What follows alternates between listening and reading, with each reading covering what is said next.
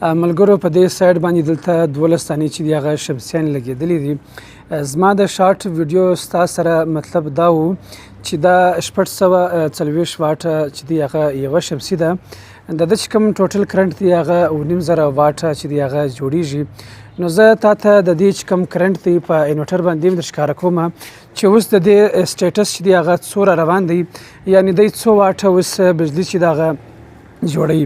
وګوره په ګردو شمسیانو چې دی هغه لمر برابر دی، دا 8 دانې سوې د لس او هغه چې دی دوی هغه دی د 12، یعنې په ګردو شمسیانو چې دی هغه لمر برابر دی. دا شمسیانې چې همیشه یو ځای لګېدلي ته به د دې څخه 25% یا 10% چې دی هغه به د ده څه ماینس کوي. څنګه به ماینس کوي؟ زه په دغه شارټ ویډیو کې چې دی هغه زه درښیم په دې باندې هېڅ سایه نشته. ټیک شو؟ دا تی کتلی سئ.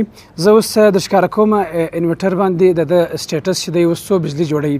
دی اوس بجلي جوړوي 15,300 واټه. نو زه دلته راځم انورټر سکرین ته. دا وګوره دا سولیس انورټر 6 کیلو واټه لګېدلی دی په دازي باندې. د ده چې کوم جنریشن دی هغه دغه دی. دا چې کوم تاته معلومیږي دا د سولیکس کمپنۍ غه دی. زه دا ویډیو په دې وجه کوشنۍ جوړوم چې د دې چې کوم شارټ ویډیو ده هغه غټه نه ځایږي پکې. نو دلته چې دا کوم شمسي تاته معلومیږي دی 15,680 واټه چې دی هغه جوړوي. یعنې که موږ دا ووایو چې د 5,500 واټه بجلي جوړوي، په دغه 5,500 کې دلته چې دی هغه 2,100 واټه چې دی هغه د کور لوډ چلیږي. دلته سمارټ لوډ چې دی هغه نه چلیږي، هغه بند دی. که چلیږي هغه بیخي لږ دی، هغه دغه پرچم 9 کې برابر دی. او دلته چې کوم بیټرۍ ده دا اوس فیلحال 55% ده، د 100 واټه چې دی هغه بیټرۍ چارجیږي. نو زما د خبرې مطلب دا دی چې 5,500 واټه چې دی هغه دغه شمسیانې چې دی هغه جوړوي.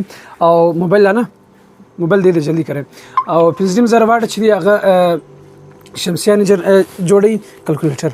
او دلته چې دی هغه 5,500 واټه د لې معلومیږي بیټرۍ ته هم روان دی او لوډ هم چلیږي. زه اوس تاته په دغه موبایل کې درښیم چې ته به څنګه د دې چې کوم پرسنټیج دی هغه به ځینې باسي.